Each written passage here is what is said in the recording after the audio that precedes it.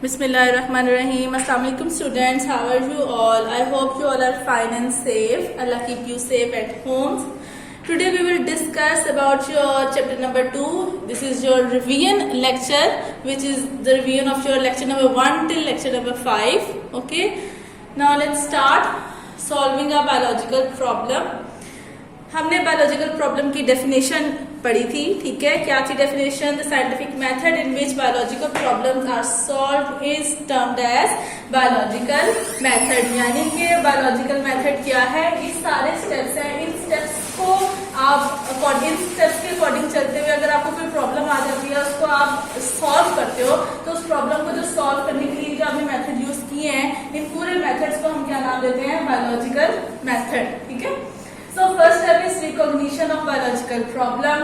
Next step is your observation, then formulation of hypothesis, then deduction, experimentation, summarization of the results, reporting your results, then that result become theory, law or principle. अब हम start करते हैं recognition of biological problem, यानी कि किसी biological problem को recognise करना। वो कैसे रिकॉग्नाइज होता है? बाय अ क्वेश्चन, ठीक है। कोई क्वेश्चन करता है, इवन हम खुद भी कर लेते हैं अपने आप से कि अगर ऐसा है तो ये क्यों चीज है, ऐसे इसके बारे में सर्च करना चाहिए। या फिर आप बैठे हुए होते हो, कोई और आपके पास आता है और वो उस टॉपिक से रिलेटेड या किसी भी प्रॉब्लम से रिलेटेड क्वेश्चन करता है और आपके माइंड में वो क्वेश्चन आ जाता है, ठीक है। सो जब वो एक क्वेश्चन अराइज हो गया, इट्स मीन कि आपको एक बायोलॉजिकल प्रॉब्लम मिल गई। अब उस बायोलॉजिकल प्रॉब्लम को सॉल्व करने का नेक्स्ट स्टेप है ऑब्जर्वेशन। आपको स्टेप का नेम ही बता रहा है, ऑब्जर्व करना, ठीक है। और हम किससे ऑब्जर्व करते हैं? Through our 5 senses. हमारे 5 सेंसेस कौन सी है? आप 5, 4, 5 से पढ़ते आ रहे हो, ठीक है। हमारे 5 सेंसेस हैं, ईयर, नोज, आईज, ये जो जितनी भी हमारी सेंसेस है, इससे हम जो जो चीज ऑब्जर्व कर रहे हैं, सो उसको हम लोग ऑब्जर्वेशन के अंदर लेके आ रहे हैं। अब ऑब्जर्वेशन 2 टाइप्स की है, qualitative observation and quantitative observation. Qualitative observation में आप जस्ट जो ऑब्जर्व कर रहे हो वो क्वालिटी वाइज देख रहे हो, ठीक है। लेकिन जब क्वांटिटेटिव ऑब्जर्वेशन में आप उसकी क्वांटिटी देख रहे हो, उसको मेजर कर रहे हो। सो दोनों ही ठीक है, लेकिन ज्यादा एक्यूरेट, ज्यादा अच्छी साइंस के लिहाज से आपकी क्वांटिटेटिव ऑब्जर्वेशन है, ठीक। जब आपने ऑब्जर्व कर लिया, उसके बाद आपने जो सोचा था उसके बारे में एक स्टेटमेंट लिखी कि मैंने ऑब्जर्व करने के बाद इस क्वेश्चन को इस तरह से रिकॉग्नाइज किया और इसके ऊपर इस तरह से अब काम करना है। वो जो आपने एक स्टेटमेंट लिखी है उसको कहते हैं फॉर्मुलेशन ऑफ हाइपोथेसिस, ठीक है। यानी आपने अब एक हाइपोथेसिस बना लिया है, उसको फॉर्मुलेट कर रहे हो। हमने उसके बाद सारे कैरेक्टरिस्टिक्स पढ़े थे, 5 to 6 कैरेक्टरिस्टिक्स थे आपके पेज नंबर 22 पे, ठीक है। अगर वो सारे कैरेक्टरिस्टिक आपकी वो स्टेटमेंट में हैं, देन वो आपकी स्टेटमेंट एक हाइपोथेसिस बन जाती है, ठीक है। जब आपने एक हाइपोथेसिस बना लिया, फिर आपने उसके ऊपर रिडक्शन की, इफ देन वाली स्टेटमेंट लगाई कि अगर मैं इसको इस तरह से सॉल्व करूं तो क्या होगा, ठीक है। इफ देन अगर आप ये स्टेटमेंट लगाओगे तभी आप अपने हाइपोथेसिस को एक्सपेरिमेंटेशन के लिए यूज कर सकते हो, ठीक है।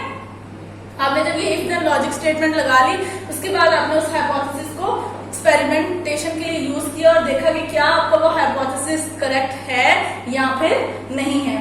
जब आपको वो आपने एवरेज ऑफ टाइम्स को किया, 3 to 4 टाइम्स किया, उसकी एक एवरेज निकाली और आपके पास एक डाटा आ जाता है, तो आप उसको क्या करते हो? समराइज करते हो in the form of tables, charts, graph, बहुत सारे मेथड्स होते हैं। थ्योरी एक बहुत लंबी चौड़ी होती है जो आप लिखते हो, ठीक है। सब आपने उसको क्या कर दिया? समराइज कर दिया। उसके बाद समराइज करने के बाद क्या आता है? रिपोर्टिंग द रिजल्ट, यानी आपने वो जो रिजल्ट अपना बना लिया पूरा एक रिसर्च पर्पस के लिए, जो आपने एक टॉपिक चूज किया था उसके ऊपर पूरी रिसर्च कर ली है, तब आपने उसको रिपोर्ट करना है, यानी कि आगे किसी और को दिखाना है। तो यानी आप क्या कर रहे हो? उसको पब्लिश कर रहे हो साइंटिफिक जर्नल्स में या बुक्स में, या इवन आप लोग सेमिनार्स में जाते हो, वहां जाकर प्रेजेंट करते हो, ठीक है। फिर वो आपने छोटे स्केल से शुरू किया, उसके बाद आप जब बड़े स्केल पे जाते जाते हो, थ्रू आउट द वर्ल्ड आपकी वो रिसर्च जब पढ़ी जाती है, उस पर काम किया जाता है, बार बार बहुत सारे साइंटिस्ट उसके ऊपर काम करते हैं और उनकी वो चीज ठीक यानी वो प्रूव हो जाती है उनके पास भी। तो फिर वो एक स्टेटमेंट जो आपने दी थी, जो एक हाइपोथेसिस बनाया था, वो फिर बन जाती है थ्योरी, ठीक है। और अल्टीमेटली वो थ्योरी क्या बन जाती है? लॉ और प्रिंसिपल। अब हमने ये पूरा का पूरा जो टॉपिक डिस्कस किया है, इस टॉपिक के ऊपर हमने एक एग्जाम्पल की थी, जो हमने किसकी ली थी? मलेरिया की ली थी। अब हम उस मलेरिया के एग्जाम्पल को डिस्कस करते हैं। सो स्टूडेंट्स, अब हम एग्जाम्पल को स्टडी करने लगे हैं। क्या थे example? Study of malaria. First of all malaria क्या वर्ड है, कहाँ से आया? सो वो इटालियन वर्ड है, ठीक है, जो उन्होंने 2 पार्ट्स में जिसको डिवाइड किया था। फर्स्ट पार्ट था mala and second part is aria. Mala means bad and aria means air. So उन्होंने उस टाइम पे जब देखा था कि जिन लोगों में मलेरिया हो रहा है वो देखा था कि वो बैड एयर की वजह से हो रहा है, ठीक है। सो उन्होंने उसको बैड एयर से नेम उसका दे दिया था मलेरिया, जबकि बाद में डिस्कवर हुआ था कि कोई बैड एयर नहीं थी, वो कुछ और ही चीज थी जिसकी वजह से मलेरिया था। लेकिन स्टार्टिंग में जो फिजिशियंस ने देखा था उन्होंने उसके अकॉर्डिंग उसका नेम ले लिया। उसके बाद उन्होंने देखा कि उसका ट्रीटमेंट कैसे हुआ। चिंकोना बार्क ट्री था, ठीक है, चिंकोना, जिसका उन्होंने फिर देखा कि उसकी जो बार्क है वो इफेक्टिव है मलेरिया की ट्रीटमेंट में। क्यों? क्योंकि उसके अंदर क्या था, एक केमिकल था जिसका नाम था क्यूनाइन, ठीक है। आपने ये यानी मैं ज्यादा डिटेल में नहीं जा रही, अगर आप इसको आपने पढ़ा होगा तो आपको याद होगा कि उन्होंने छोटी सी एक स्टोरी इसके पीछे बताई थी कि जो उस टाइम के मर्चेंट्स थे उन्होंने थोड़ी डिसऑनेस्टी दिखाई थी और वो क्यूना बार की जगह चिंकोना बार को उन्होंने भिजवा दी थी। और फिर जब उन लोगों ने चिंकोना बार को यूज किया तो उन्होंने देखा कि मलेरियल पेशेंट चिंकोना बार से ठीक हो रहे हैं, ठीक हो गया।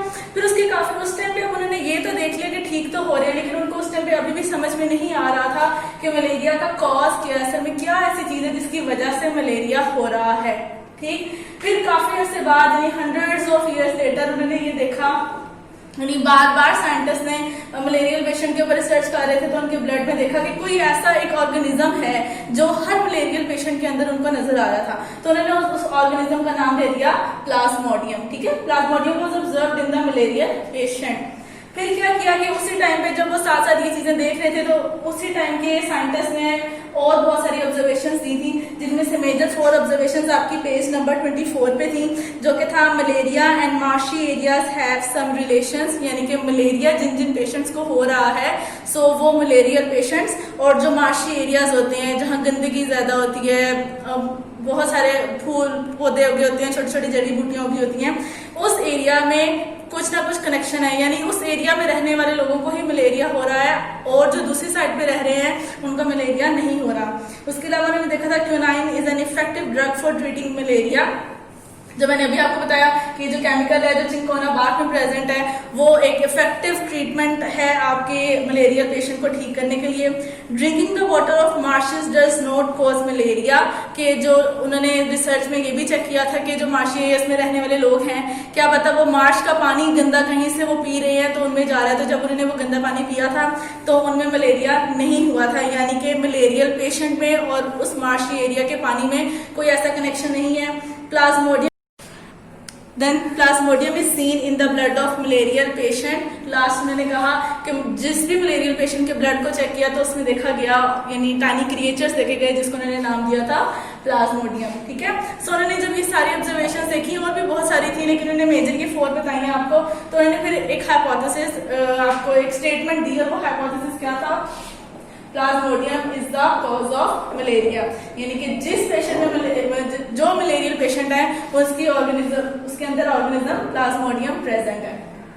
इसको देखते हुए फिर उन्होंने डिडक्शन दिया था जिसमें उन्होंने इफ और देन का लॉजिक स्टेटमेंट उन्होंने डाला था कि if plasmodium is the cause of malaria, अगर प्लाज्मोडियम ही मलेरिया का कॉज है देन तो फिर all persons ill with malaria should have plasmodium in their blood.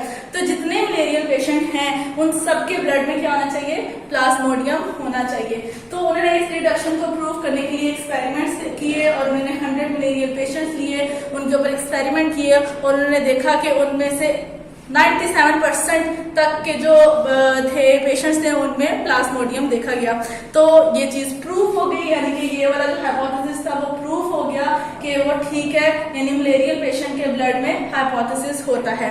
ये तो थी पहली फर्स्ट बायोलॉजिकल प्रॉब्लम कि मलेरिया असल में है क्या, कहाँ से आया। अब बात ये आ रही है कि अगर प्लाज्मोडियम ही आपका मलेरिया का कॉज है तो ये प्लाज्मोडियम अब इंसानों में यानी कि पेशेंट में किधर से आ रहा है।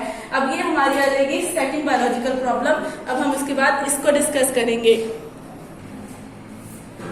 जी स्टूडेंट्स, तो हमारी जो सेकंड बायोलॉजिकल प्रॉब्लम है वो ये है कि जो प्लाज्मोडियम हमने डिस्कवर किया है जो मलेरियल पेशेंट के अंदर है वो कहाँ से आ रहा है।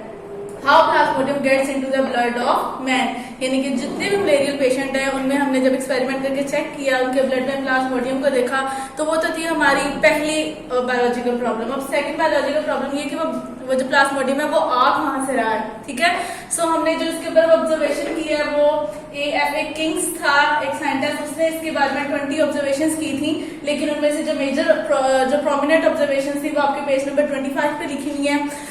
First biological observation was people who slept outdoor were more likely to get malaria than those who slept indoor, यानी कि जो पेशेंट बाहर सो रहे हैं, जो इंसान अपने घर के बाहर सो रहे हैं, छत पे सो रहा है, उनमें आप कह लें कि प्लाज्मोडियम ज्यादा उन्होंने देखा है, जबकि जो अंदर इंडोर कमरों के अंदर सो रहे हैं उनमें जो प्लाज्मोडियम था वो नहीं था।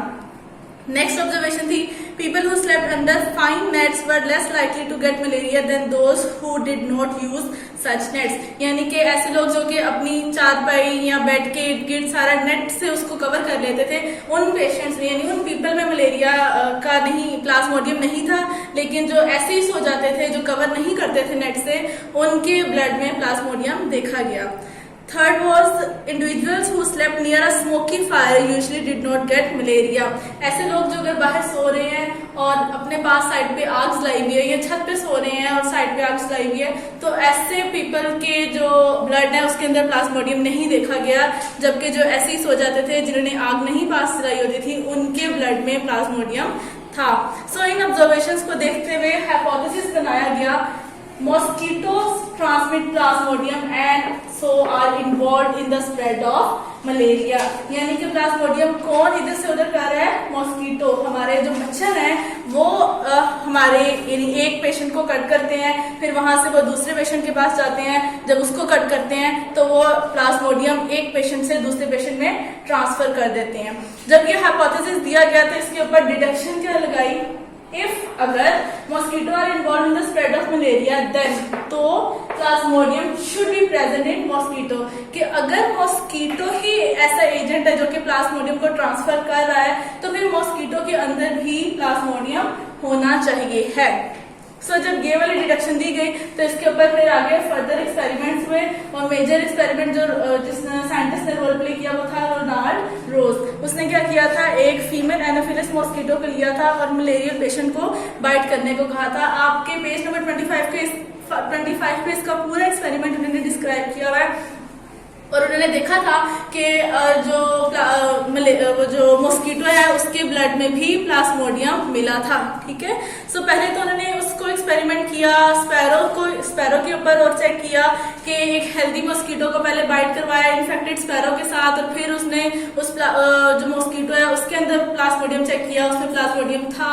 फिर बहुत सारे जो मॉस्किटो थे उनमें से उन्होंने कुछ को अलाउ किया कि वो हेल्दी स्पैरो को बाइट करें, तो उन्होंने देखा कि हेल्दी स्पैरो में भी वो प्लाज्मोडियम एंटर हो गया है। फिर उसके बाद उन्होंने इस चीज को अप्लाई किया ह्यूमन बींग्स के ऊपर और ह्यूमन बींग्स के ऊपर जब उन्होंने सेम यही काम किया तो उन्होंने देखा कि वाकई मॉस्किटो ही एक ऐसा एजेंट है जो कि अगर हेल्दी पर्सन को बाइट करेगा, अगर ऐसा मॉस्किटो जिसके अंदर प्लाज्मोडियम है अगर वो किसी हेल्दी पर्सन को बाइट करेगा तो हेल्दी पर्सन में भी वो उसको प्लाज्मोडियम को ट्रांसफर कर देगा। सो ये तो थी हमारी सेकंड बायोलॉजिकल प्रॉब्लम, ठीक हो गया। इसके साथ आपके जो ब्लू बॉक्स हैं आपने वो भी अच्छे से करने हैं। लास्ट पेज के ऊपर आपके डाटा ऑर्गेनाइजेशन, डाटा एनालिसिस के बारे में थोड़ा सा बताया हुआ है, तो वो मैं आपको एज तो उसका कोई इतना रोल प्ले नहीं है, लेकिन आपका वो सारा मैंने आपको बताया था कि मैथमेटिकल प्रॉब्लम्स हैं। मैथमेटिक्स हमारी कहीं ना कहीं एक्सपेरिमेंट्स में, जब एक्सपेरिमेंट्स को हम लोग समराइज करके लिख रहे होते हैं तो वहाँ यूज होती हैं एज अ ग्राफ फॉर्म या एज अ टेबल की फॉर्म में या फिर रेशोज की फॉर्म में। सो जो आपका लास्ट पेज है वो इस बारे में ही है और ऐसा कुछ भी नहीं है, ठीक है। सो हमारा सारा रिवीजन लेक्चर कंप्लीट हो गया है। आपने इस रिवीजन लेक्चर को अच्छे से सुन लेना है और इसके बाद आपके पास जो स्कूल ने आपको नोट्स प्रोवाइड किए हैं उस पर जितने भी शॉर्ट क्वेश्चन आंसर्स हैं, एमसीक्यूज हैं, उनको अच्छे से याद करना है। इसमें आपका जो ऐसा लॉन्ग तो कोई टॉपिक नहीं है, लेकिन आपके जो हाइपोथेसिस हैं और जो मलेरिया हाइपोथेसिस की कैरेक्टरिस्टिक्स हैं और जो मलेरिया से रिलेटेड जितना भी ये पूरा टॉपिक है इसको अच्छे से याद कर लेना। इसमें से बहुत ज्यादा शॉर्ट क्वेश्चन आंसर्स बनते हैं, ओके। चलो, अल्लाह हाफिज।